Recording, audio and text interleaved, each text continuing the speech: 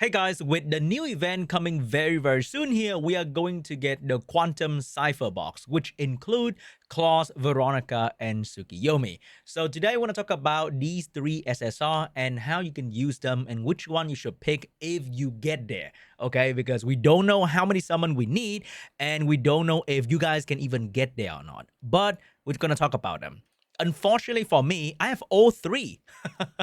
So that's gonna suck a little bit when I look at the selection in the cipher box, but it also means I might save my summon for the future RGB banner that will be dropped after this event, and they might drop an insane unit. Hey, just saying, guys, just saying. They might drop a crazy unit after this because they know that we are all going to be very dried. However, let's talk about the three unit that you guys can potentially get. And the first and most popular SSR that is in everybody's mind, if you don't have her, is going to be Klaus. So my Klaus is actually skill up. The skill one is purely for PvP because I was using her in the last season to outspeed people and get myself in the higher rank, and it was pretty successful in the bruiser meta, not so much. So this is a huge waste of lattice for PvP if you don't care about her in PvP. And then I also have her skill 3 with 2 lattice to get extra chance to land debuff. However, you don't need to do that because I was doing Rango Inferno and she was kind of dying. Look at her base stat, not exactly very high HP or defense. So I was trying to get a bit more HP here to survive, but then I realized that you can just slap on Bloodbath and she's gonna do just fine. So that is also another huge waste of Lattice because if you build her with very good accuracy, you don't need to care about the skill up in level 3. The best one is going to be level 5 to get the cooldown reduction, but you definitely don't need it for the PvE of this game. Okay, so Klaus is going to be a very amazing unit that doesn't require any lattice investment to function really well in PvE. Her base speed is also really high, so you don't need this skill one right here to get good speed on her. Overall, a very good bang for your buck unit if you're focusing on the PvE part of the game. So what kind of PvE can you do with her, Sean? You can do all the different kind of PvE with her. That sounds very kinky. The first one is going to be in the module section. So she's going to be usable in both Termaton and Doki Doki. In Termaton, she's going to be your AoE Deathbreaker, and you can use her in this kind of team where you set up the strip with Holden, Hendrik, Mizuki, Makoto, or Veronica. If you own Veronica, you strip and then she AoE death break and then your damage she does start doing damage. I have a separate video on this content, but she's very good here. And then you can also do the same, literally the same thing in Doki Doki. She's very good here and she's set up for your Ramoka. I don't run Ramoka, so I don't have a team build with her in there, but you can use her to set up for your Ramoka, or this guy's using Nahor as well. But Ramoka and Klaus plus Kazuyo is going to be a very standard team right there. And she allow your Ramoka to absolutely destroy the enemy with big damage. And then you can start using her in all the other content. Like literally, you can use her in Phantom Theater, Ember Track, Ethernet, and all the new PvE gameplay content as well. And the best part is that you can use her in all of this as well, except for Sharon, because Sharon is immune to debuff.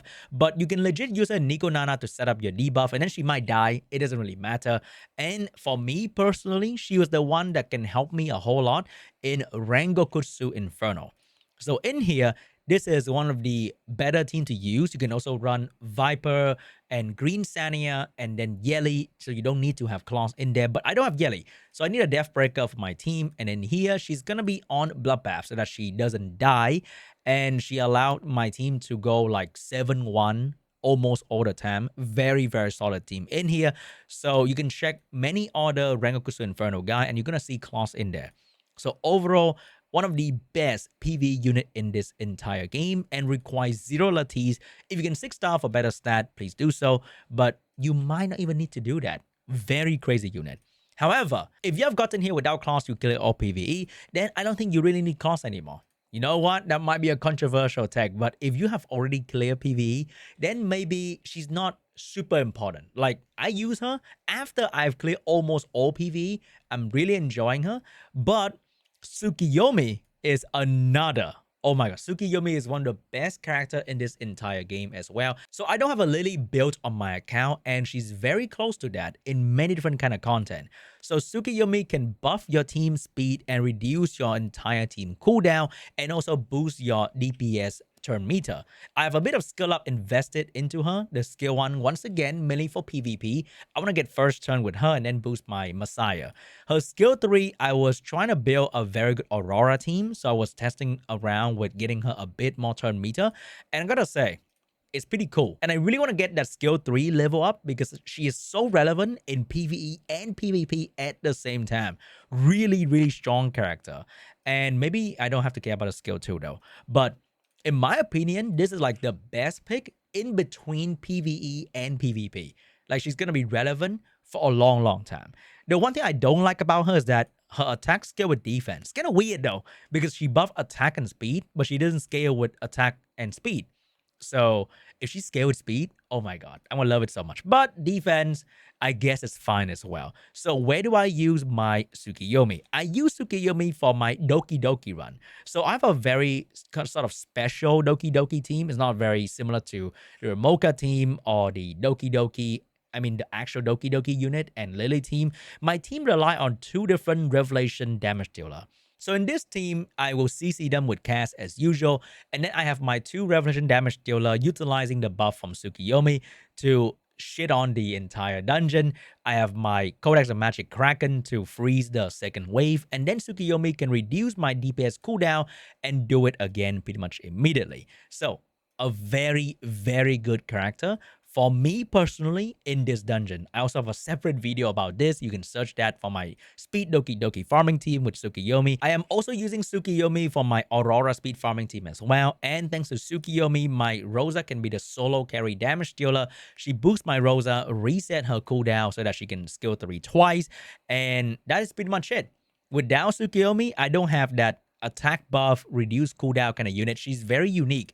Okay, so I love using this character in PvE. She's usable in Ember Track, but I wouldn't say she's better than Klaus in Ember Track. I think in Ethernet Rally, she's okay as well if the element require her to be in there, like the blue element. For Anything Echo, I think Klaus might be better. For Phantom Theater, she's amazing. For the limited tab mode, she's also really amazing because I think they love you to do big damage in this kind of content. So I think Tsukiyomi is great in here. Klaus is also great in here. However, for PvP, I've also been really enjoying Tsukiyomi because you really need like an attack and speed buffer to counter the bruiser meta. So the game plan is very simple. I go in. Oh, my speed tuning is a little bit off. I stun them. What the fuck? And then I boost my... Oh, the team is really slow. Usually, I would have my Nahor move in front of my Rosa, but I messed up the speed tuning somewhere. My Nahor is going to go in with AoE defense break. And then my Rosa, or if I feel like it, my Messiah is going to be the last one to move. I do the big damage, and that is pretty much it. So I think I would try to pivot to like a more cleave-ish kind of playstyle with Tsukiyomi and more control unit because I can build Bruiser, but then Bruiser against Bruiser is just... I don't know, man. It doesn't feel very good to play that kind of way, okay? So going from like a CC kind of playstyle to like a CC slash cleave, I think it's going to be the way to go for me personally, for me to still enjoying the game.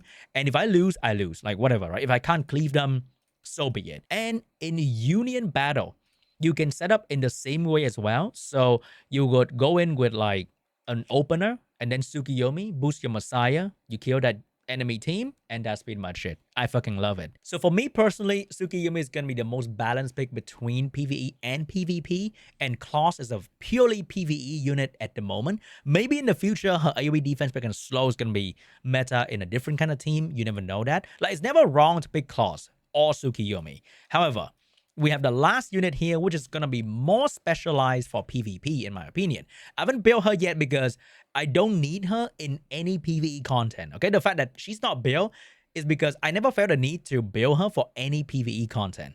Maybe, okay? Maybe you can use her in the Termaton dungeon to strip because she is going to be here. You will see her in here as a strip unit, I think.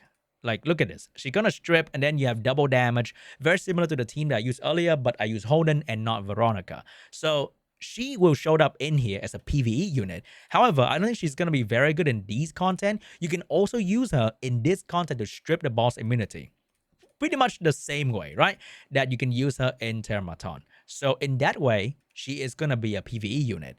However, Holden is just so much better, and Holden is so good with his debuff and everything else, and maxing out his skill is so much more value in PvP as well. So building this guy is like the best of everywhere.